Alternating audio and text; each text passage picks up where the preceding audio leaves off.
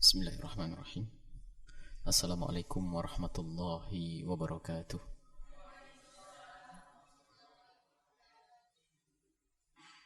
Alhamdulillah wa syukurillah, wassalatu wassalamu ala rasulillah Sayyidina Muhammad bin Abdullah wa ala alihi wa ashabihi wa mawalah.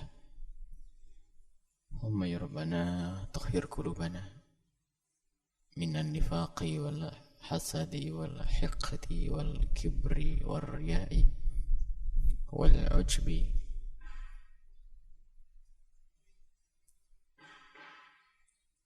wahsurna yawmal qiyamati ma'a zumrati asfiyaika wa awliyaika wa ahibbaika wa ammiyaika ma'a imamihim habibika Sayyidina Muhammad. Allahumma ya Rabbana arzuqna taubata qabla al-maut wa syahadata inda al-maut wal jannata ba'da al-maut, amma ba'du. Kita lanjutkan belajar kita dengan Imam Al-Ghazali rahimahullahu ta'ala dengan kitab Ayyuhal Walad. Qala al-musannif rahimahullahu ta'ala nafa'ana Allahu bihi wa bi'ulumihi wa bi'ulumikum fid darina amin ila anqal.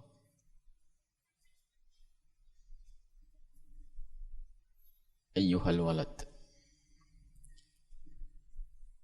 yanbaghi an yakuna qawluka wa fi'luka muwafiqan lisyar'i. Wahai anakku, hendaknya harus kau timbang omonganmu, pekerjaanmu dengan syariat.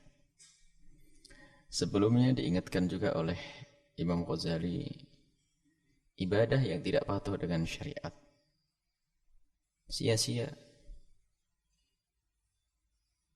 Seperti dan agar sesuai dengan syariat harus ada ilmu. Begitu sebaliknya, ilmu tidak diamalkan pun sia-sia, atau beramal nggak pakai ilmu nggak diterima. Seperti kemarin disebutkan orang berpuasa di hari Tasyrik atau di hari raya Idul Fitri, Idul Adha, puasa terlalu semangat. Haram.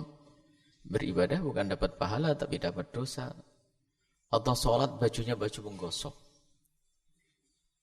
Dan banyak hari ini rajin ibadah, mungkin umur haji, ternyata yang digunakan adalah dari rizki yang haram. Mungkin bukan saja menggosok, ngerampok harta saudaranya, mengambil. Menggosok itu mengambil dan dikembalikan, menguasai haknya orang, tapi nanti bakal dikembalikan masih. Ada harapan untuk dikembalikan, tapi ada orang merampok, ngambil harta saudaranya. Dia pikir bisa selamat. Umroh. Mau kemana? Itulah orang mau masuk neraka lewat Masjidil Haram. Harus ilmu penting. Zakatnya belum dibayar. Waduh, sedekahnya mana-mana. Bantuannya ke sana kemari. Utang jatuh tempo, tidak pernah dipikirkan, tapi membantu pondok, bantu madrasah, bantu masjid. Orang-orang tertipu. Amalnya dengan hawa nafsu. Jadi harus ada keseimbangan antara ilmumu dengan amalmu, dan jangan beramal kecuali tanpa ilmu.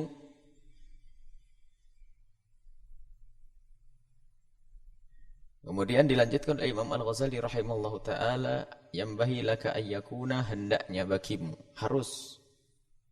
Al-imbigha di sini bukan himbauan, tapi wajib bagimu.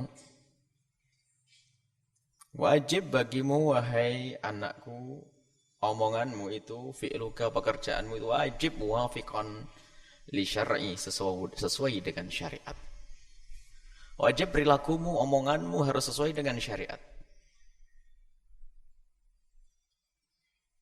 Idzil ilmu, sebab yang namanya ilmu, wal amalu, dan amalmu, amal ilmumu, bila iqtida syar'i, tanpa patuh ngikuti syariat, dhalalatun, kesesatan.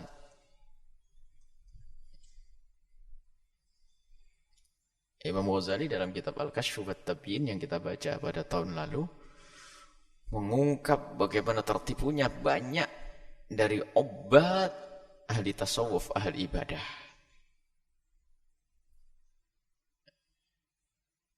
Bahlul mimpin tasawuf.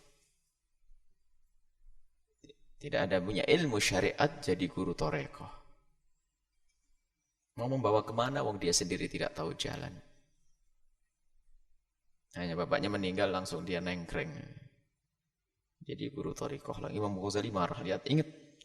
Baca kembali Al-Kashf wat-Tabyin. Yang sudah kita baca pada pertemuan yang lalu. Banyak orang-orang tertipu. Dia ahli ibadah. Tapi tidak pakai bimbingan syariat. Enggak punya ilmu. Sehingga ibadahnya bukan mendekatkan kepada Allah. Tapi justru malah maksiat. Wayambahi laka, dan harus kau. Ingat, imbawa di sini bukan kalimat himbauan, tapi sudah menjadi harus. Jadi qarinah. Seperti dalam kitab fikih, yambahi. Misalnya adab tukhulul qala, adab istinja, yambahi. Tapi ternyata di antara kalimat yambahi, imbawa itu ada wajib. Yambahi ala istaqbilal kiblata, wajib fil fala, di tempat hamparan luas terbuka, buang air jangan ngadep ke kiblat. Jadi yambahi di sini wajib bagimu alla taghtar, agar tidak tertipu, alla taghtar, agar engkau tidak tertipu, bisyadhi, dengan bualan omongan-omongan tinggi yang melambung, nggak faham orang-orang awam. Mutamat, musibah amal, musibah keyakinan, as-sufiyati, dari kaum tasawuf, ahli tasawuf. Al-Imam Al-Ghazali pakar tasawuf, sufi. Ternyata musuh besar beliau adalah orang yang mengaku tasawuf. Beliau adalah orang yang sangat gencar memperjuangkan tasawuf, karena keyakinan beliau adalah tasawuf adalah ilmu saripatinya, ilmu fardu ainnya, fardu ain. Salat fardu ain. Tapi kalau sudah ilmu membersihkan hati, ilmu tasawuf fardu ain di atas fardu ain. Beliau memperjuangkan tasawuf, kitab Ihya-nya penuh dengan ilmu tasawuf. Hidayatul hidayah beliau, Minhajul Abidin beliau. Tetapi musuh besar beliau adalah sufi-sufi palsu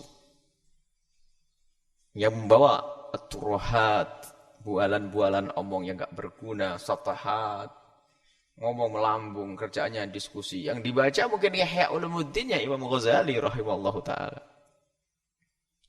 Tapi ternyata sama saudaranya gak akur tuh, berantem urusan pondok.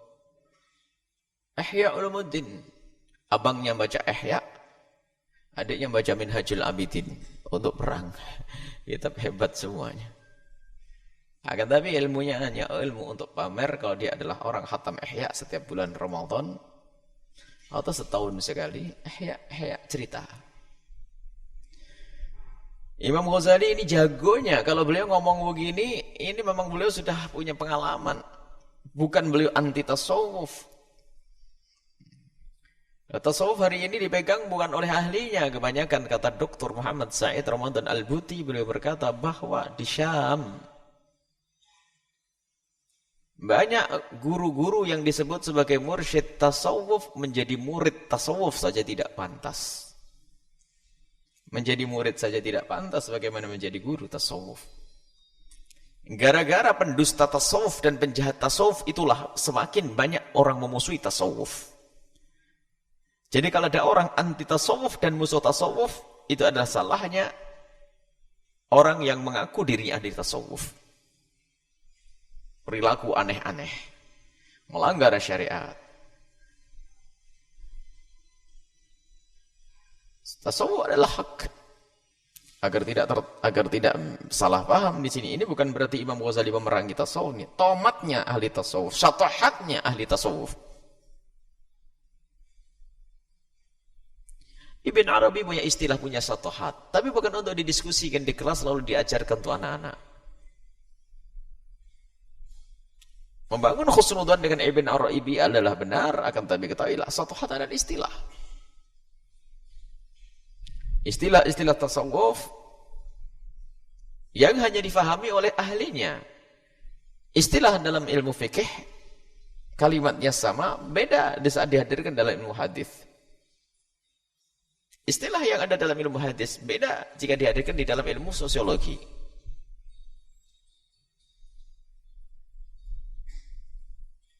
Sama kalimatnya, sama istilahnya, beda.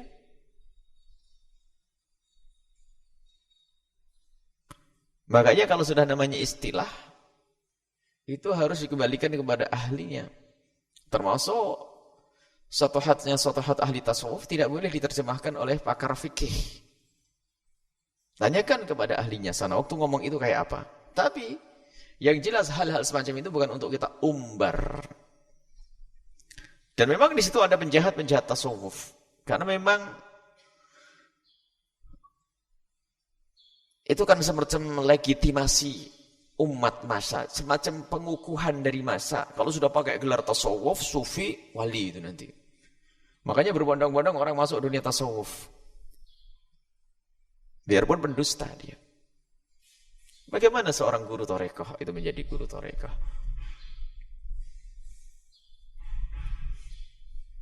Di dalam bukasan kitab Tanwirul Qulub, Syekh Amin Al-Qurdi menjelaskan bahwa begitu beratnya syarat seorang guru tasawuf. Ayyakuna aliman bi furu'is syariati, harus alim urusan fikih. Fikihnya alim. Wahada mbahnya Bahlul misalnya, karena ini betul-betul tasawuf harus dibela. Orang nggak ada ilmu, nggak ada apa, nengkreng, merusak. Di rumahnya ada macam-macam pelanggaran syariat. Tasawuf jadi rusak gara-gara orang semacam ini. Ini problem betul dalam usaha tasawuf anak-anakku ini. Sedikit keras omongan, karena apa? Kalian manhaj dan manhaj tasawuf. Di sini sufi. Pondok ini adalah pondok manhaj ahli tasawuf di dalam urusan beribadah. Dengan Imam Ghazali, Abdul Hasan Asy-Syadzili, Imam Haddad. Maka jangan sampai dinodai dengan orang yang pengen cepat dianggap wali biarpun dia adalah walinya setan. Istiqomah sudah keramatmu, tidak usah macam-macam, tidak usah pengen bisa terbang, nempuh jarak dalam waktu singkat, beli tiket naik pesawat, nanti cepat terbang. Ada hayalan-hayalan aneh-aneh, tidak ada. Ini istiqomah wali. Ini istiqomah, lahir batinmu istiqomah, wali sudah.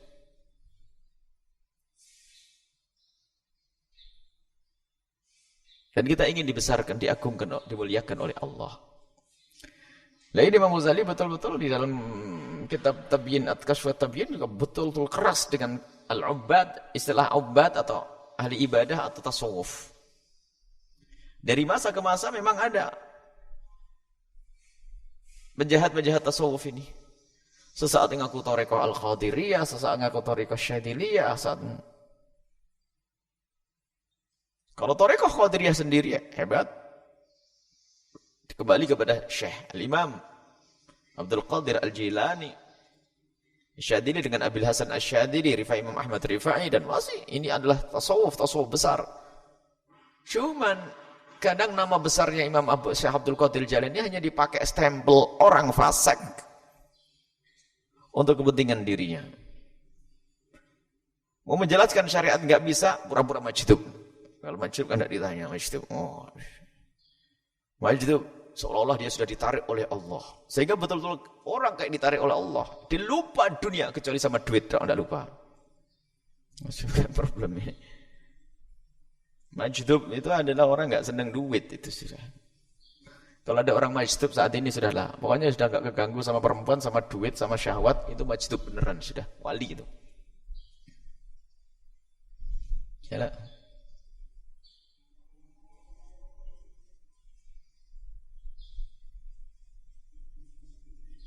Ada orang majdub-majduban. Majdub kayak majdub ngomong keramat ini gini. Ya temu. Ini kayaknya harus ditembak orang ini. Ditembak. Akhirnya dari awal dia mau 1 jam, 2 jam bicara tentang wah macam. Kalau saya anak saya akan keluar kutub ini, waduh, ada mabuk ini. Langsung. Kayaknya sampean ini benar-benar wali kok. Nah, kita gituin langsung. Dan saya tahu cirinya wali itu gampang.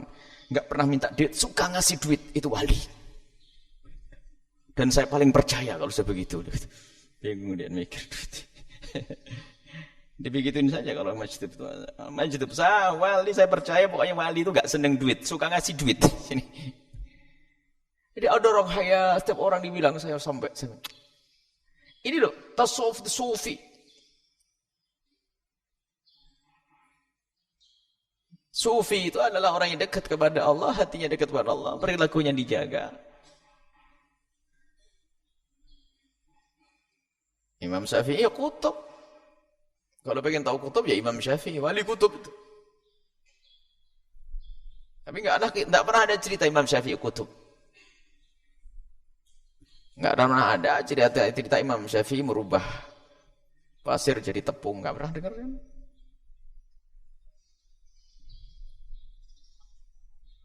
Karena keramat yang sesungguhnya adalah istiqomah. Afdhal karamat, a'dhamul karamat al-istiqomah. Ini kitab tasawuf ini. Tasawuf hak.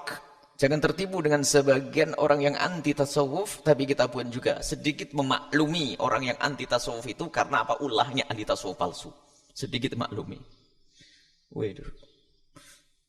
Masuk ke tempatnya ada patung, ada ini, ada itu. Diam, tiba-tiba ngomong aneh. Wali. Kata Dr. Buti, di Syam, banyak guru-guru yang mengaku dirinya mursyid Torekoh, jadi murid saja tidak pantas. Dalam hati kami berkata, itu di Syam. Kalau selain di Syam, di Indonesia Raya, dan kita sempat pernah bertemu dengan Dr. Hasan Haitu, yang dalam cerita yang beliau sampaikan, saya itu Jilani, saya Qadiri. Tapi masa di Indonesia saya mabuk dengan orang-orang ngaku tahu saya Sufi, kata saya Dr. Hasan Haitu. Saya Sufi. Saya bela, tapi waktu saya masuk ke sini saya bingung dengan orang ngaku tasawuf, kadang-kadang ngaku Qadiri. Beliau mansub kepada Syekh Abdul Qadir Jailani juga dalam kisah. Dari yang beliau sampaikan jika kita tidak salah paham waktu itu. Tapi ini saya Qadiri, saya Qadiri.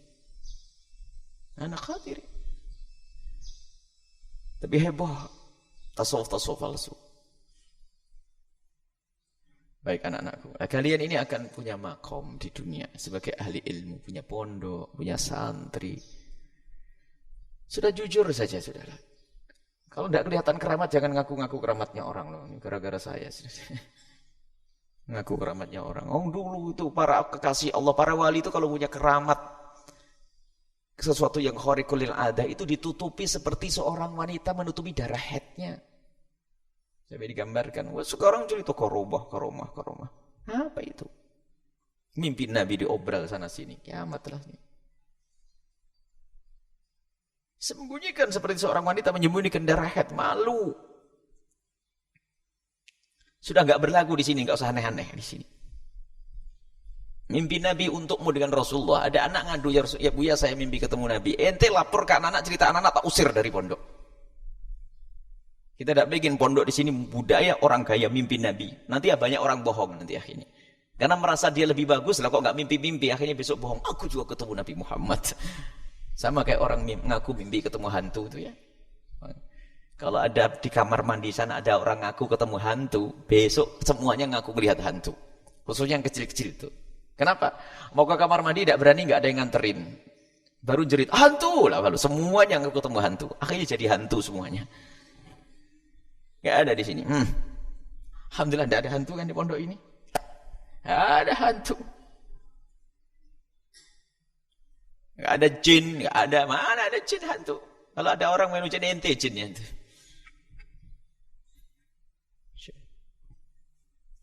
Kita tidak ingin masuk aneh-aneh. Istiqomah, nah, baik dengan ilmumu, amalmu, bangun malam, sholat 5 waktu, qobliyah, ba'diyah, bakti ke orang tua, baik sama keluarga, anak, itu sudah keramat luar biasa.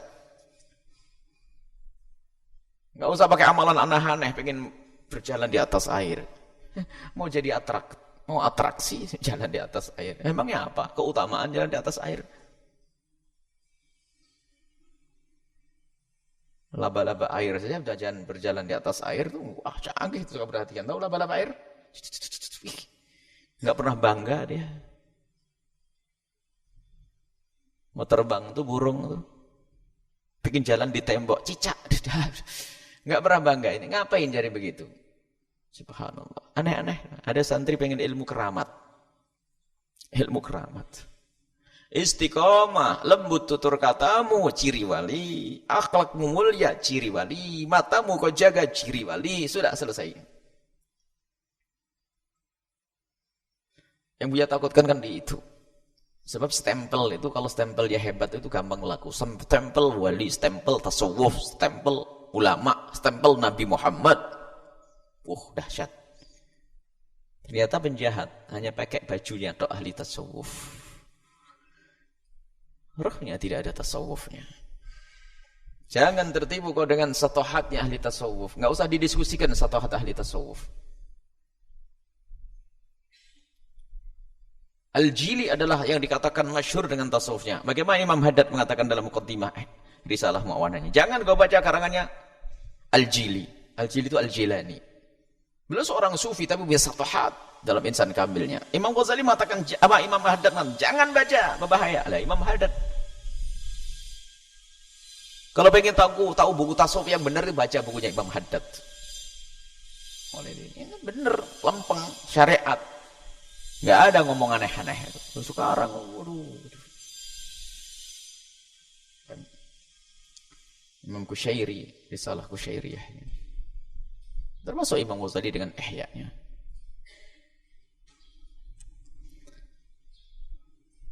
Tapi harus kalian ketahui juga, tasawuf adalah hak. Di sini tasawuf manhajnya. Kita harus dekat dengan ahli tasawuf, seorang sufi. Sufi, mungkin ada di sini. Apa itu tasawuf? Sekaligus untuk mengukuhkan, jangan sampai kita tidak bisa membela ahli tasawuf. Tasawuf adalah ilmu membersihkan hati. Ilmu membersihkan hati. Dan istilah tasawuf tidak usah diganti dengan istilah tazkiyatun nufus atau tathhirul qulub. Kita tidak akan merubah istilah itu. Biarpun merubah tidak ada masalah. Sekarang ada istilah tazkiyatun nufus, tathhirul qulub, tahdzifun nufus. Dengan alasan kita pengen pakai istilah yang ada di dalam Al-Quran. Tazkiyah, zakka, zaki, tazkiyah. Tathhir, yutahhirukum. Memang itu istilah dalam Al-Quran. Tapi kenapa kita masih mempertahankan istilah tasawuf dalam keseharian kita? Karena apa?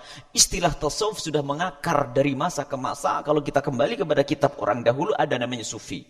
Termasuk Imam Zabidi dan lainnya, Al-Murtadha, Sahibul Ihya, kalau pengen nyebut gurunya yang mulia selalu digelar dengan as-sufi. Makanya istilah tasawuf tetap kita pertahankan. Tanpa kita menghindar daripada istilah tazkiyatun nufus. Tapi jangan sampai kita ingin merubah. Jangan sampai nanti generasi selanjutnya, karena kita tidak pernah mengucapkan kalimat tasawuf, sehingga kalimat tasawuf hilang dari lidah anak-anak kita.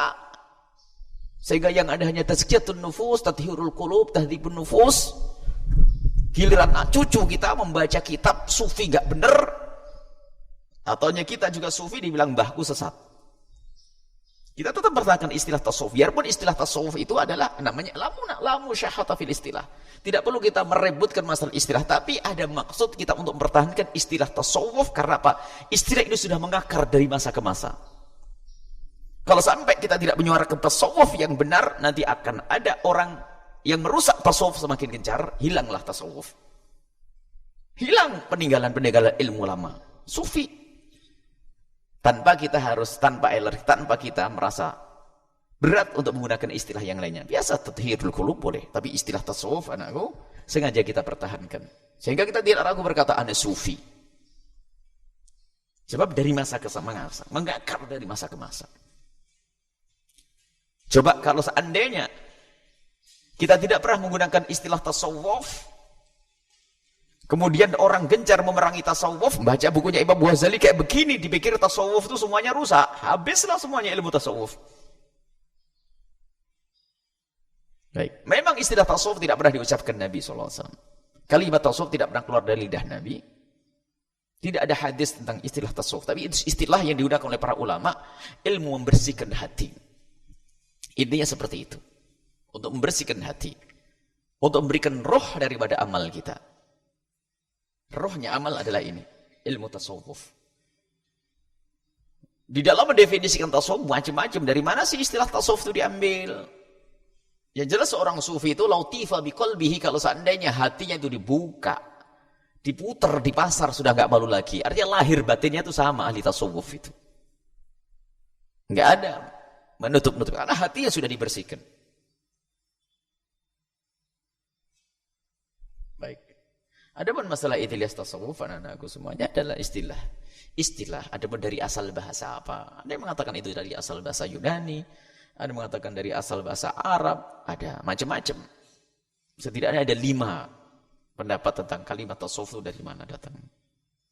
Ada yang mengatakan tasawuf itu diambil dari kata sof. Karena dulu ada ashabus suffati,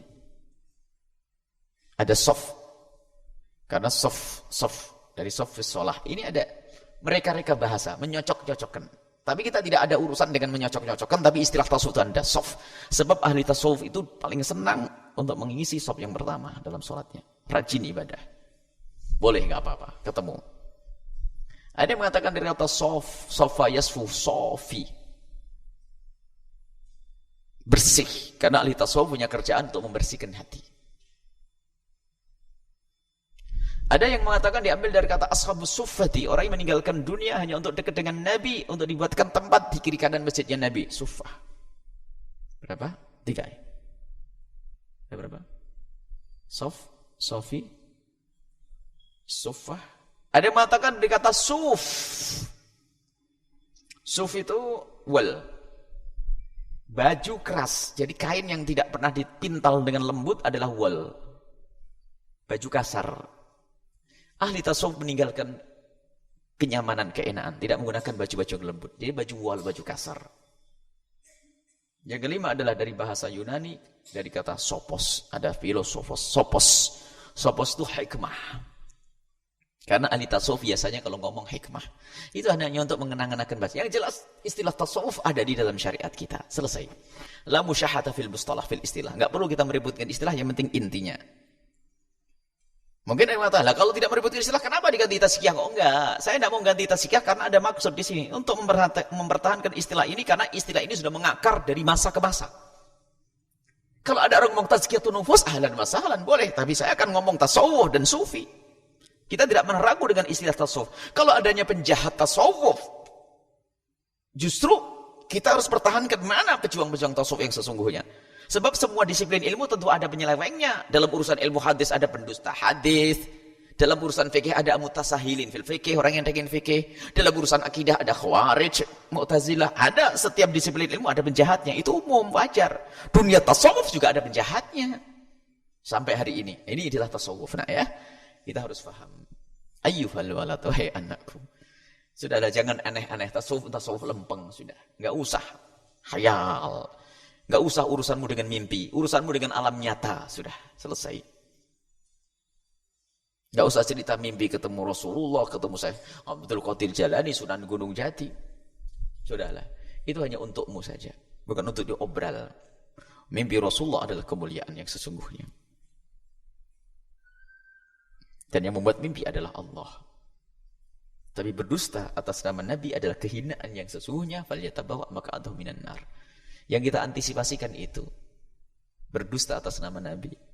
Paling pintar, paling hebat, nggak mimpi-mimpi Nabi. Akhirnya apa? Ngaku mimpi Nabi, nyiapkan ke neraka jahanam, nggak ada. Selesai. Tasawuf yang benar di sini. Sahibul Tanwir mengatakan, la yakunu mursidu mursyidan, la yakunu mursidu mursyidan. Syurutul mursyid ayyakuna aliman, alim bi furu'i syariati, dengan furu' syariah. Dan memang Allah tidak akan mengangkat walinya kecuali seorang alim. Tidak ada wali Allah kecuali alim. Kalau ada orang bodoh diangkat oleh Allah menjadi wali, niscaya la'allamah, Allah akan mengajarinya ilmu ladunni. Dikatakan kama annal anbiya ma'sumun fa innal awliya mahfudun, seperti halnya para nabi itu maksum, waliullah dijaga oleh Allah. Dia kepleset maksiat, segera tobat kepada Allah. Sudah bukan madhab kita yang aneh-aneh. Selesai sudahlah, kita tidak ingin aneh-aneh. Keras begini saja. Orang yang keras saja masih ada yang berojol kadang-kadang, pengen aneh-aneh bekerja menjadi wali, pengen aneh-aneh.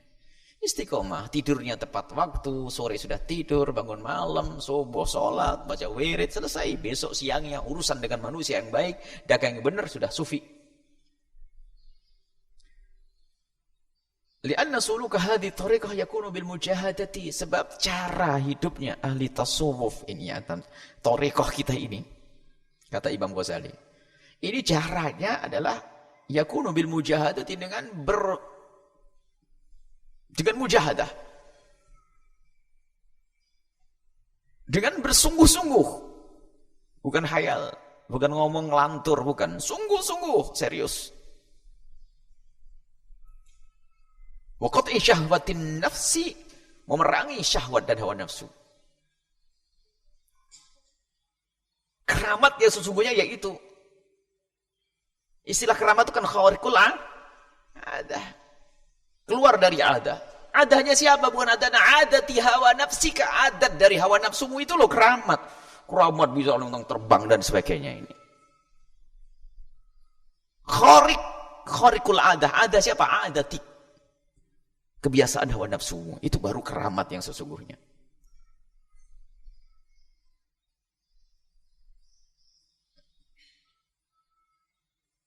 Apalagi kalau sudah masuk bab kasyaf, waduh itu banyak penjahatnya, waduh luar biasa kasyaf. Makanya harus tegas itu syariat. Anak-anak semuanya kita harus bentengi dengan ini semuanya. Kita tidak ingin ada keluar dari tempat ini khayal. Khayal jadi wali. Muqatri hawaha, membunuh hawa. Al-khair kul khair fi mukhalafatil hawa. Mukhalafatul hawa. Khuruj bin adati hawa. Keluar dari kebiasaan hawamu. Itu baru wali, keramat yang sesungguhnya itu. Khariqul adah yang dibahas tentang bisa terbang, pasir jadi beras, ke Mekah pakai sekejap mata, sudahlah, jangan urus itu. Apakah tidak ada orang seperti itu? Ada, tapi bukan bagianmu. Kalau sudah orang sampai. Para wali itu punya keramat lahir itu bukan karena mencari, tiba-tiba oleh Allah diberi pertolongan karena saat itu harus. Kalau diceritakan misalnya Sunan Giri tiba-tiba menjadi pesilat, apakah beliau? Allah beri Sunan ini, itu Allah berikan, bukan mereka. Saya harus menyiapkan jadi gini-gini.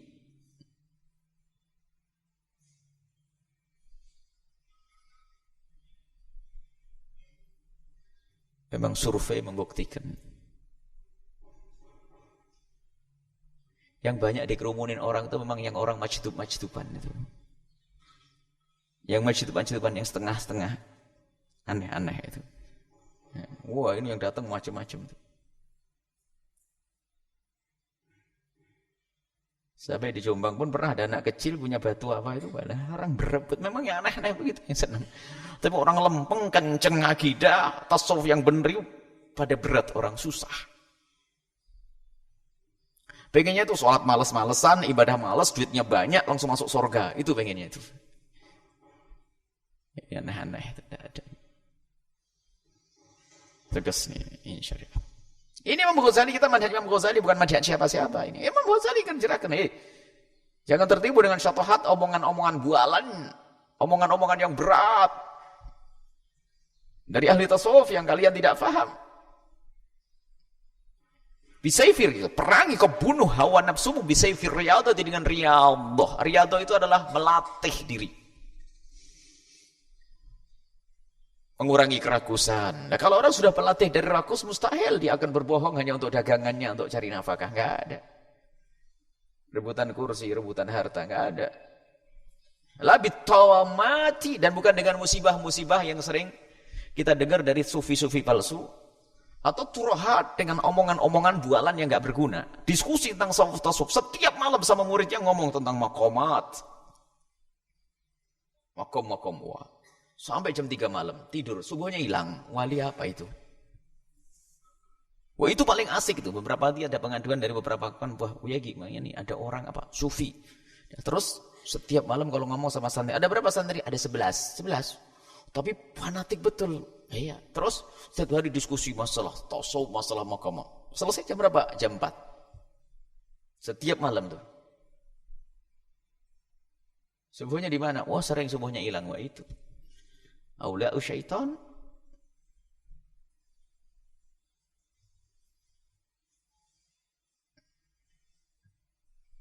Halas. Sampai di sini baru satu tadi, masya Allah. Karena ini bu yang paling khawatir jika saat kalian sudah masuk di dunia tasawuf tidak berbekal ilmu, sehingga menjadi tazandak, orang zindik.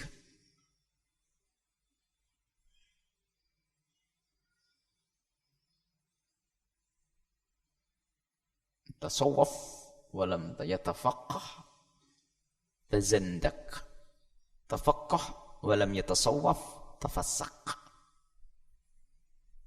Orang ahli fikih nggak punya nur ilmunya, wah ngendengin. Setiap ada masalah yang berat, cari-cari, penting enak. Karena alim fikih dia. Seperti orang tidak punya agama, fasik dia. Nggak selamat juga itu. Ahli tasawufnya nggak punya fulu fikih, zindik. Kafirnya di dalam batinnya. Ngane-ngane, sholat males. Sampai saya sudah sholat, saya sudah kenal Allah. Semakom saya makom, hakikah, makrifah. Saya enggak perlu syariat. Lah, apa enggak ada punya wali-wali yang ada wali, ya ada wali yang kayak Halat ada. Kalau ada orang ngomong aneh-aneh zaman sekarang, saya percaya kalau dia wali tak penggal dulu lehernya, kalau darahnya menuliskan asyhadu Allah, baru tak kunjungi kuburannya nanti. Harus itu. Sudahlah, jangan percaya, jangan aneh-aneh. Kalau ada orang lidahnya mau keluar dari syariat Nabi Muhammad, ya keluar dari syariat. Baru dibilang wali, kita cambuk, tak taunya cambuknya nanti macam-macam pokoknya. Atau dia setelah mati, ada sesuatu yang dahsyat baru. Kayak dibuat kayak Khalaj. Khalaj adalah wali besar. Jika benar kisah itu wali besar, dia punya satohat, kalimat-kalimat yang diungkapkan dalam keadaan dia adalah halah ghaibubah, halah istighrak, tenggelam di dalam kecintaan kepada Allah, sehingga omongan ma fi jubbati ilallah, la ilaha illa ana, dan seterusnya. Sehingga fatwa-fatwa, termasuk kalau tidak salah fatwa dari Imam Junaid dan para ulama yang lainnya, ada para ulama di syariah memutuskan untuk dipenggal lehernya. Dia dipenggal lehernya oleh pedang syariat. Setelah meninggal dunia, katanya darahnya mengalir, mengucapkan la ilallah. Orang baru berkhusnudon, dia adalah wali. Tapi pedang syariat harus ditegakkan. Makanya kalau ada orang nganeh-nganeh zaman sekarang, penggal dulu lehernya, kalau harum darahnya, baru nanti kita kunjungi kuburannya. Selesai. Sudah tidak usah aneh-aneh, sudah. Jangan aneh-aneh. Paling takut dia aneh-aneh. Iman itu kepleset itu paling gampang. Sudah, jangan tasawuf, jangan nentengin syariat. Kalau enggak ada syariat, tobat.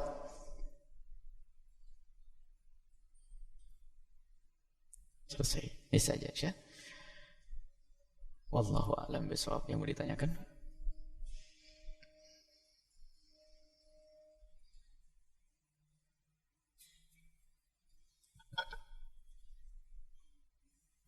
Assalamualaikum Bu ya. Waalaikumsalam. Mau tanya soal tasawuf, karomah. Karomah kalau seandainya kita tidak percaya dengan karomahnya para aulia, itu bagaimana hukumnya, apa bisa sampai kufur seperti halnya tidak percaya kepada para mujizatnya para rasul. Terus juga yang keduanya, terlalu jauh kita bicara tentang para aulia illah. Kita ingin siraman kolbu, bagaimana menghilangi kemalasan hati, kemalasan beribadah, kemalasan suatu hal, meninggalkan tarkula malayaknihi, meninggalkan suatu hal yang tidak bermanfaat. Itu sering misalnya kita itu kalah dengan syahwat kita, salah dengan ibadah kita. Mungkin jawabannya mungkin seperti itu, tapi kita perlu siraman hati kita. karena hati kita itu terasa kering seperti itu. Perlu diketuk terus hati kita itu supaya tekun ibadah seperti itu ya. Gimana? Baik, bismillah. Kalau masalah karamat dan mukjizat. Pertama mukjizat. Mengingkari mukjizatnya Nabi adalah keluar dari iman. Sebab Nabi harus punya mukjizat. Cuman tafsilatnya, rinciannya apakah itu mukjizat atau bukan, ini bab lain. Sebab kalau mengingkari Al-Quran sebagai mukjizat, kafir. Cuman rinciannya apakah misalnya. Kadang riwayatnya tidak suka. Misalnya khobar ahad. Berita Nabi seperti ini. Misalnya ada cerita Nabi punya apa. Ada kejadian yang diceritakan oleh hadis Nabi SAW. Kisahnya Sayyidina Umar menyeru ya Sariyah, ya Sariyah, ya Sariyah.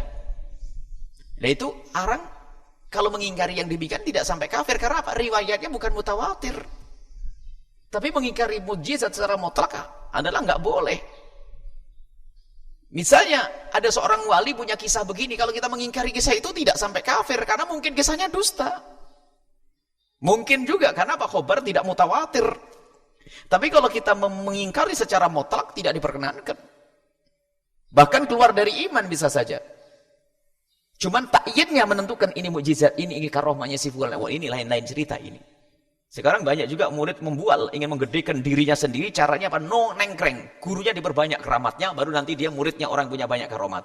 Nah ini musibah juga. Biasanya memang murid yang pemalas itu kalau pengen cepat gede selalu setiap hari nyanjung gurunya habis-habisan sampai bohong. Makanya sudahlah ya, tidak usah macam-macam sudah. Tidak ada keramat-keramatan aneh-aneh. Nanti cerita, wah karena pengen cepat gede, wah anak Buya Yahya begini, wah hancur saya. Wah ada cerita macam-macam lah, tidak ada bohong itu. Jadi kalau bicara karomah secara umum, karomah ada ikram min Allah subhanahu wa ta'ala. Banyak riwayat-riwayat tentang karomah. Allah memuliakan para sahabat Nabi SAW. Allah memuliakan Nabi dengan. Dan Al-Quran sendiri mengisahkan Sayyidah Maryam yang bukan Nabi, bagaimana dia. Anna laki hada. Kalau diingkari, karena riwayat. Kalau mengingkari kelebihan Siti Maryam, hal kafir. Karena apa? Disebutkan oleh Al-Quran. Mengingkari karomah secara umum keluar dari iman. Karena apa? Ada jenis karomah disebutkan dalam Al-Quran. Kisah Siti Maryam. Misalnya, itu karomah. Allah memberikan kemuliaan kepada Siti Maryam yang disepakati boleh adalah bukan Nabi. Dengan kejadian yang luar biasa. Di musim panas dia punya buah musim dingin. Di musim dingin punya buah musim panas. Ini karomah. Jadi yang menjadi kafir itu sumbernya dari mana? Tapi tidak, kalau ada orang mengingkari cerita-cerita misalnya. Cerita, wah ini ceritanya Sunan Gunung Jati telah mengadakan ini keramatnya. Beliau itu bisa berkomunikasi dengan Nyi Roro Kidul. Nah, kita gampang percaya Nyi Roro Kidul aja bualan. Nyi Roro Kidul itu kan kisah cerita palsu bualannya. Siapa itu? Dalam kisah Panembahan Senopati siapa itu yang terusir dari kerajaannya lalu pergi lama. Kalau siapa itu? Kalau Raden Sultan Hadiwijaya itu direkomendasi oleh para wali yang punya keramat, dia bingung siapa yang dukung saya. Cerita, saya ketemu Nyi Roro Kidul, saya dimandati untuk menguasai tanah Jawa. Akhirnya orang dari Kidul sana yang masih abangan pengaruh, wah didukung, menggeser perpindahan dari Pajang ke Mataram dan seterusnya. Ini kan kisah yang dibuat, kadang-kadang memang begitu. Makanya dari kisah-kisah itu tuh Buya merenung, banyak orang pengen menggedekan pondok itu dengan membuat keramat palsu. Jadi kiai itu sebenarnya nggak punya banyak cerita aneh-aneh, cuman murid yang banyak cerita itu. Wa min karomatihi, wa min kumpulin semua yang punya pengalaman sama mbah sama abah. Ayo, tidak diseleksi dari siapa perawinya. Oh ya saya pernah ketemu, hancurlah semuanya. Nggak usah, nggak ada keramat-keramat nanti cerita. Bukan nggak ada keramat, sudah jangan bualan keramat. Istiqomah, nukil ilmu. Kalau dari Buya, saya belajar ilmu fikihnya, akidahnya, sudah nggak usah cerita aneh-aneh. Kita tutup semuanya ini, nggak ada. Jadi kalau ada teman ente ngelihat Buya bisa begini, awas hati-hati ini. Wah ini bahaya ini semua kalau dibuka ini. Kalau orang mengingkari keramat secara umum, keluar dari iman. Mukjizat secara umum, tapi mukjizatnya Nabi ini saya ingkar. Belum tentu kafir. Kenapa? Karena riwayatnya belum tentu jelas. Tentang syakul qamar sendiri, lihat, ada yang mengingkari, tapi riwayatnya hadis. Membelah rembulan, hadis bukan dari. Jadi bisa membedakan kita ya, siapa yang membawa berita tersebut. Kalau sudah diberitakan Al-Quran tentang kejadian luar biasa dari Nabi SAW, mukjizat yang luar biasa itu, maka harus percaya kita. Karena Al-Quran mutawatir atau hadis mutawatir. Ini bisa dibedakan jadi masalah-masalah ilmiah kayak gini nih. Jadi ada kalau mengingkari, makanya kita pun tidak pernah mukul. Kalau ada orang yang ingkar keramat, kita tanya dulu maksudnya ingkar keramat itu seperti apa? Keramatnya si fulan-fulan, oh yo, tidak kafir dia. Kenapa? Ini cerita dari muridnya, urusan hadis Nabi saja selektif. Kita siapa yang membawa riwayat? Ini asal orang di pinggir sana, saya melihat kejadian suatu ketika, iya, pas saya sakit ada orang berjubah datang ke sini, rupanya wajahnya Abah. Nih, percaya dari orang yang ini.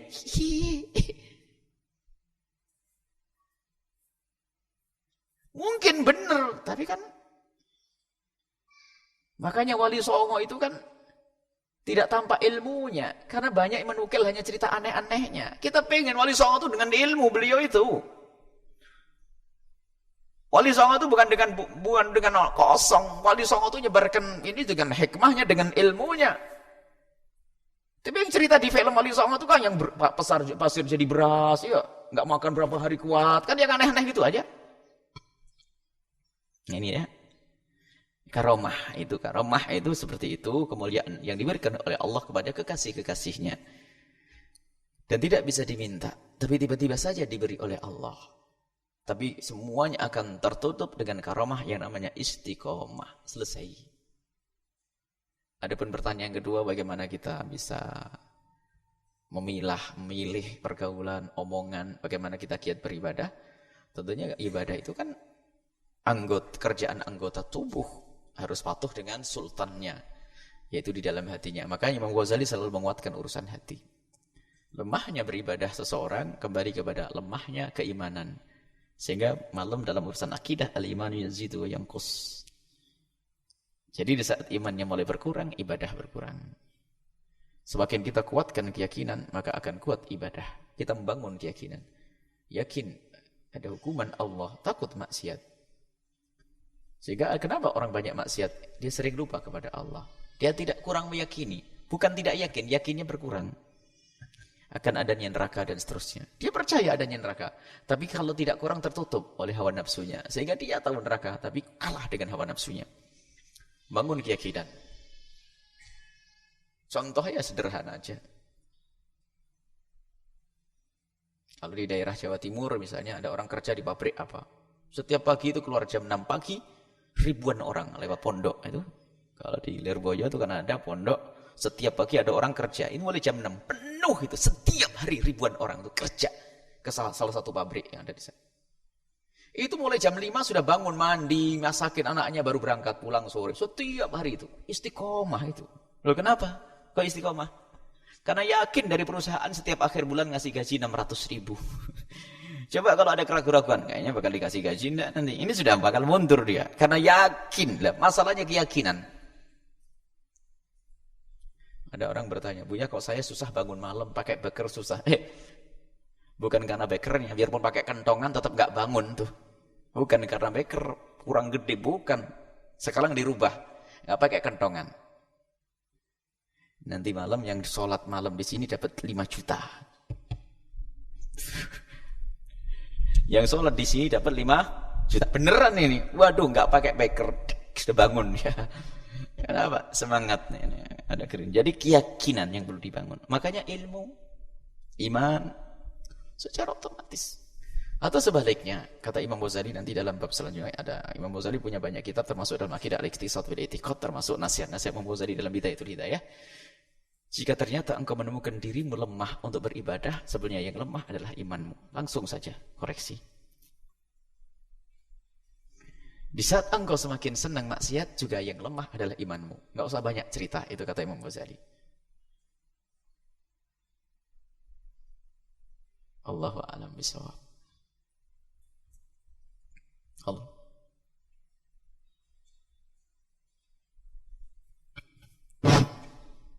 Yang awal Buya, untuk cara bagaimana kita meyakinkan orang tua agar mau memasukkan anaknya ke pondok pesantren, Bu ya. Terus yang kedua, untuk meyakinkan anaknya juga, Bu ya. Bagaimana, apalagi sekarang kita lihat di luar sudah Masya Allah. Kemudian bagaimana sikap anak yang diminta sama orang tua untuk pulang tengah-tengah dia lagi pesantren untuk bantu orang tuanya atau untuk meneruskan sekolah formal, Bu ya. Syukron. Yang pertama adalah orang tua ya. Memang sebetulnya untuk menjadi baik tidak harus di pondok. Untuk menjadi baik tidak harus di pondok. Banyak orang baik tanpa harus masuk pondok. Akan tetapi ketahuilah bahwa yang perlu kita sadarkan pada orang tua itu bahaya. Kita harus berikan gambaran tentang bahayanya pergaulan.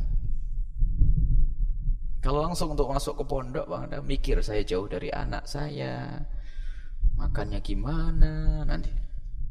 Tapi kalau orang tua itu sadar tentang bahaya yang saat ini, betul-betul mengancam setiap saat, mengancam anak-anak kita bahaya pergaulan. Salah satu seorang sahabat, seorang ustadz, istrinya penghafal Quran, cuman dia tidak punya pondok. Anaknya sudah umur kelas 5, umur berapa? Umur 11 tahun, sudah menghafal 7 juz Al-Quran, dan anak itu sebenarnya baik, sambil sekolah di luar. Ustadz ini pulang dari ngajar, beliau tidak punya pondok, tapi baik, ketat di rumahnya, pendidikannya ketat. Dia merasa bisa mendidik anaknya, dan memang betul anaknya hafal Quran, menghafal. Tiba-tiba pas pulang sekolah lewat gang, ada anaknya itu berlima masuk rumahnya seseorang, keluar dari rumahnya tetangga. Dari wajahnya terlihat wajah yang mencurigakan, kalau bahasa Jawa itu kelicutan, itu wajah yang dikejar lalu ditanya apa? Rupanya dia di siang hari Ramadan waktu itu kayak begini. Rupanya dia makan di situ. Makan di dalam rumah, berbohong sudah. Cuman dia tidak sampai di situ. Beliau sang ustadz ini ngejar, apa yang kau lakukan di situ? Apa? Kalau ngaku apa dia tidak marah. Ternyata nangis sambil cerita tuh nangis dia. Rupanya ada salah satu dari 5 anak itu, ada yang anaknya orang kaya, diberi oleh orang tuanya HP yang punya kamera, ternyata ada gambar yang dilihat oleh orang tua pun tidak layak. Rupanya anak kecil umur segitu nonton film seperti itu. Nangis dia, demi Allah saya sudah nyerah, saya tidak akan sombong bisa mendidik anak di rumah saya. Harus saya pondokkan setelah itu. Padahal dia seorang ustadz yang istrinya tidak pernah keluar, hanya mengajar anaknya. Allah. Ternyata anak kita di luar sudah dicuri sama kawannya untuk menonton. Namanya masa puber, usia 11-12 mendekati balik, sudah mulai senang, ada kecenderungan diajak melihat sesuatu. Penasaran, mungkin di kelas aja intip-intip begini, akhirnya lihat bareng. Na'udzubillah. Jadi begitu bahaya. Kita harus sampaikan kepada mereka tentang keadaan di luar seperti apa. Sebab permasalahan saat ini orang tua itu lalai, lupa. Dia hanya melihat bagaimana anaknya sekolah tanpa melihat bahwasanya bagaimana bahayanya anak-anak kita itu. Sehingga kalau dalam bahasa orang menanam kebun, menanam padi itu, dia tidak cerdas jadi petani. Dia hanya menanam, habis itu dipupuk subur. Nggak sadar bahwasanya ada rumput yang tumbuh, yang harus dicabut dan seterusnya. Jadi kalau mendidik anak nggak cukup kita beri ilmu di rumah dan sekolah. Tapi ternyata harus kita jauhkan dari rumput-rumput yang bakal merusaknya. Itu kan cerdas.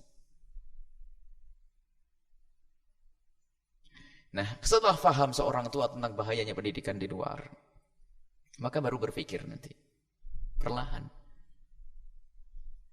Kalau hanya bicara tentang pondok-pondok, apalagi banyak teman-teman tetangga-tetangga yang mondok, bandel, apalagi, wah itu mondok jauh itu, kadang-kadang langsung begitu, kita mati. Kutu kita, kalau sudah ada orang ngomong, itu mondok juga begitu. Waduh, memang contohnya kebetulan mondok-mondok gagal itu, di pondok pun dirotan setiap hari itu. Nggak bisa jadi contoh itu. Jadi berikan kesadaran, kemudian suruh datang ke pondok-pondok yang betul-betul mendidik pondok itu. Jadi fahamkan tentang bahaya ada di luar sana. Sehingga kalaupun ternyata anak tersebut tidak harus pondok, kewaspadaan orang tua itu penting. Kontrol dan seterusnya dan seterusnya. Makanya kita harus punya prinsip. Insya Allah kita setiap kota ada pondok, harus gitu. Dengan manhaj cara yang jelas, diseragamkan semuanya. Gak ada yang aneh-aneh. syariat ditegakkan. Kita ada rencana pengen setiap kota ada pondok, pondok sekolah, ada pondok khusus. Pondok yang lain bagaimana? Kita bantu, alhamdulillah pondok lain harus maju. Cuman ada sebagian pondok yang hanya senang ngumpulkan orang. Itu yang ternyata jadi fitnah. Senang ngumpulin orang, tok. Tidak ada pendidikan akhlak. Laki perempuannya juga, aduh, yang namanya pacaran, ustadznya pun macarin santrinya, ini kan problem. Gimana ada pondok begitu? Agar makan tanaman, gimana? Di sini ini problem-problem kayak begitu tuh. Jadi memang ada sebagian pondok tidak memberikan contoh yang baik. Dan kalian harus punya prinsip, pondok itu untuk membangun, bukan hanya untuk bangga-banggaan. Bukan untuk banyak berapa santri yang mondok di tempatmu, tapi pendidikan apa yang kita berikan.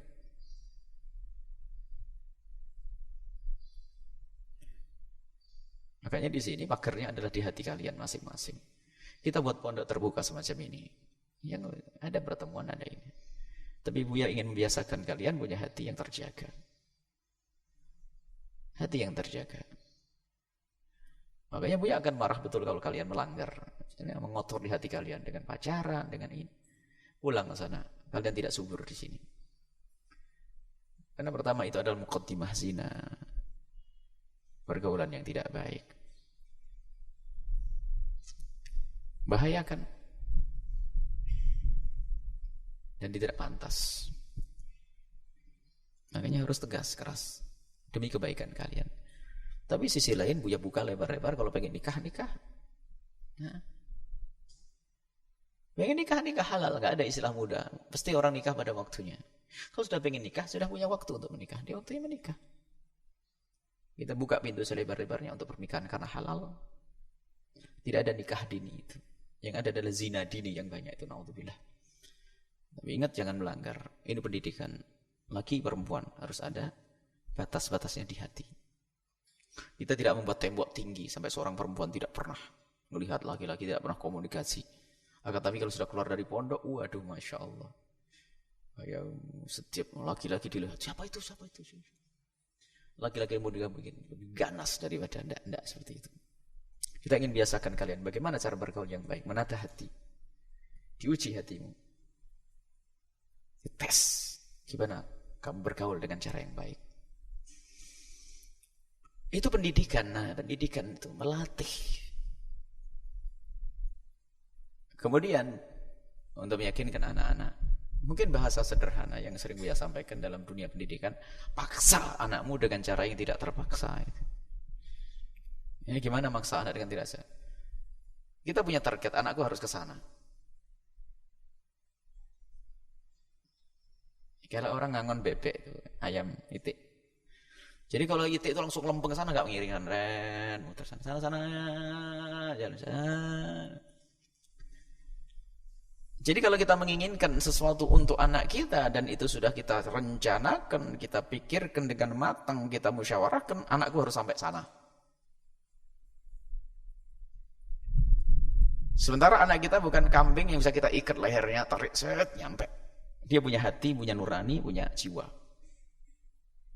Akan tapi kita bisa mempengaruhi, bisa masuk ke dalam hatinya, bisa masuk ke dalam pikirannya, bisa masuk ke dalam perilaku watak karakternya dengan cara obrolan komunikasi.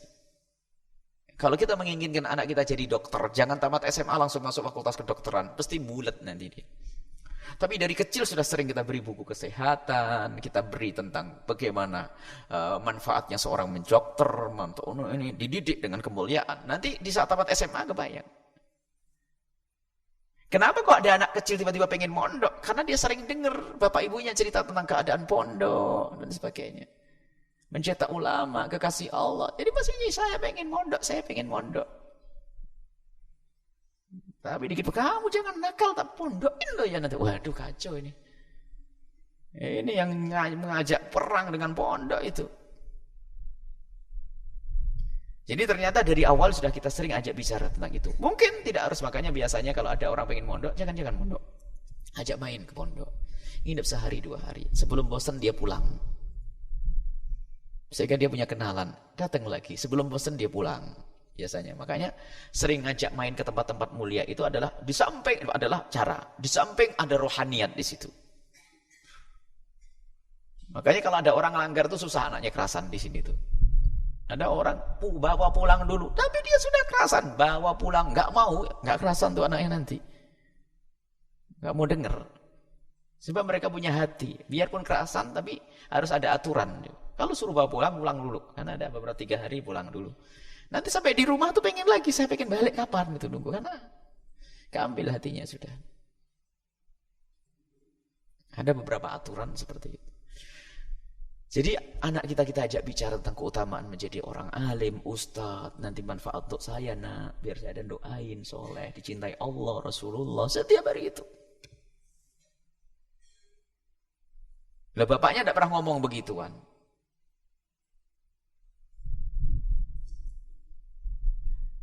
Nonton TV pun bukan diajak nonton TV yang baik, paling suruh nemenin bapaknya nonton bola, ibunya nonton sinetron, gimana suruh pondok. Ya nggak bisa ketemu. Bincang yang baik dengan anak dari awal. Nanti secara otomatis dia akan. Makanya jangan dipaksa secara terang-terangan. Kamu mondok loh ya pokoknya, biar pinter biar. Bahasanya kok nggak enak bener. Memang saya bodoh bener mah. Sayang soleh. Orang menjadi apa saja hebat. Jadi dokter yang penting baik sama orang. Jadi ini bagus semuanya. Tapi dari ini semuanya harus dibangun dari ini. Ngaji yang baik, kenal Allah, mondok, soalnya ini. Bahkan mungkin kita harus pasang kuda-kuda. Dan untuk menjadi baik tidak harus mondok. Sayangku di rumah dekat mama juga bisa jadi baik. Dengan umi dekat dengan baik. Bisa baik. Jangan langsung mau memondokkannya sudah kelihatan dari pertama itu. Oh ini paling suruh mondok nanti. Ya nanti suruh mondok kan. Itu cerdas anaknya bisa. Jadi pinter orang tua itu, cerdas bener ngarahkannya. Kayak giring bebek tadi itu.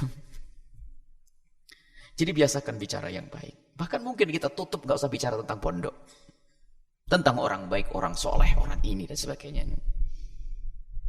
Tiba-tiba saya dikit, ma doain saya jadi anak soleh. Iya tentu, mama doain terus. Tapi sambil doa kamu harus belajar yang benar, ma. Belajarnya di mana, Ma? Ya di mana aja, makanya dengan guru-guru yang baik yang ngajarin. Sudah mulai tanyaannya. Terakhir ya, kalau memang kamu seperti itu ya paling banyak ilmu ya di pondok, nak. Sudah aman dia. Itu kecerdasan orang tua. Sama juga kecerdasan anak di dalam meminta kepada orang tuanya kalau punya keinginan. Misalnya ada anak, tadi pertanyaan terakhirnya, ada rentetannya sebetulnya. Sudah hafal berapa juz Al-Quran, mulai kerasan di pondok, sudah pengen pulang, macam-macam sebabnya. Biasanya kefakiran bapak itu juga menjadikan problem itu. Tak pikir orang fakir saja yang problem, anaknya buru-buru bawa pulang untuk membantu orang. Sebenarnya orang kaya pun sama. Orang kaya pun juga problem, gara-gara orangnya kaya, cepat bisa bantu kerja bapaknya ini sudah mulai. Tapi kira orang bodoh saja. Bapaknya kiai juga kadang ngerusak anaknya. Pengen cepat bantu pondoknya ini. Ini problem semuanya ini. Yang bapaknya kiai ternyata juga. Ayo nak cepat bantu abah di rumah. Nah, kamu kan sudah bisa ini. Belum izin dari gurunya, belum ada restu dari gurunya. Akhirnya apa? Problem semuanya. Jadi ternyata bukan problemnya orang fakir, orang kaya juga. Bukan problemnya orang bodoh. Kiai pun juga bisa merusak anaknya. Buru-buru sebelum waktunya.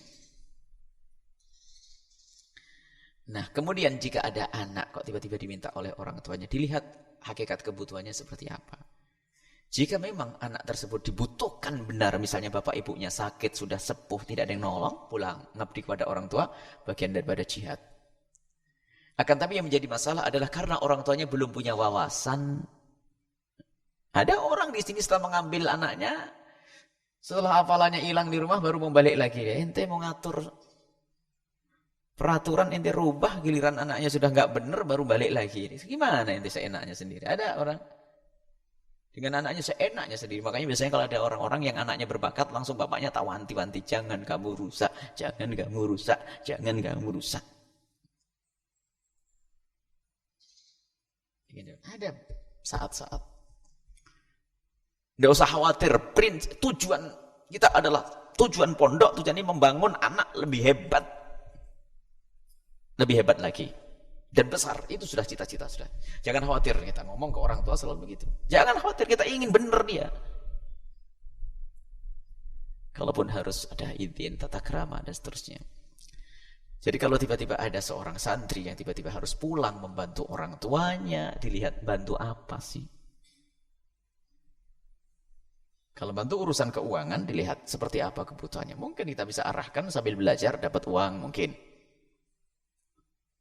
Sehingga belajarnya tetap. Kalau mungkin urusannya adalah memang betul-betul butuh dibantu karena nggak ada lagi. Misalnya ibunya tua, sepuh, pulang.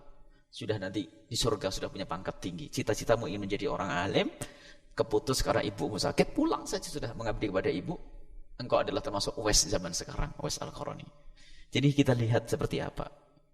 Dan sebagai seorang guru pun tidak boleh egois, itu sudah hawa nafsu bukan mendidik. Sudah tahu bapaknya sakit, ibunya sakit, nggak punya saudara, butuh anaknya pulang, nggak boleh. Ini sudah hawa nafsu sang guru itu. Nggak usah pakai istilah ini saya belum ada nadroh, ini saya belum ada ilham, belum ada. Nggak usah macam-macam guru itu. Ini sebab guru itu sekarang, guru pengen cepat jadi wali juga kadang aneh-aneh. Selalu menisbatkan omongannya dengan ilham, nadroh, petunjuk dari Rasulullah, wali. Wah, ini sudah kacau juga kayak gini.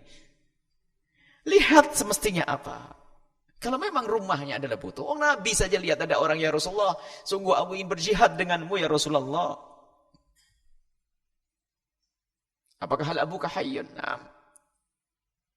Bapakmu iya. Hidup. Irji. Kembalilah engkau. Fafihi majahid. Sejahid. Jadi berjihadlah kau. Kepada kedua orang tuamu. Jadi jihadnya adalah mengabdi pada orang tua. Ini ada aturannya. Tapi memang pertama memberikan pemahaman kepada orang tua agar tidak mengambil anaknya dengan cara yang salah. Sebab banyak. Dan diantaranya adalah karena kurangnya wawasan seorang tua. Kalau memang tidak punya wawasan seharusnya pasrah. Dan kita dulu alhamdulillah Abah Umi itu paling pasrah. Karena beliau ngaku tidak punya wawasan. Sehingga selalu bahasanya kalau apa-apa ya terserah gurumu. Enak bener.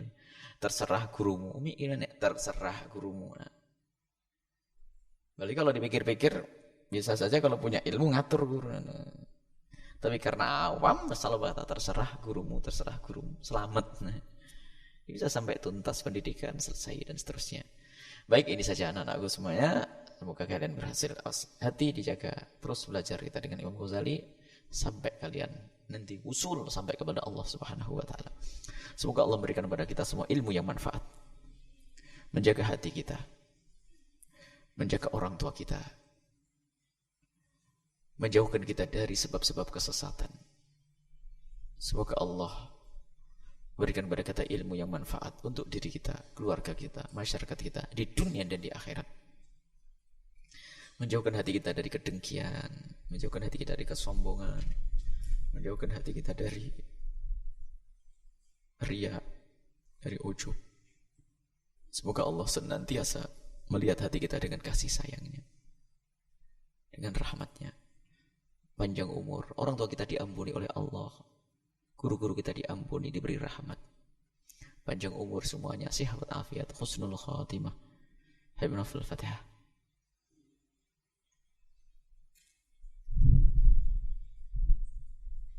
Al-Fatihah. A'udzu billahi minasyaitonir rajim. Bismillahirrahmanirrahim. Alhamdulillahirrahmanirrahim. Maliki yaumiddin. Nasta'in. Ihdinas siratal mustaqim, siratal ladzina an'amta 'alaihim ghairil maghdubi 'alaihim waladdallin. Amin ya rabbal alamin. Assalamualaikum warahmatullahi wabarakatuh.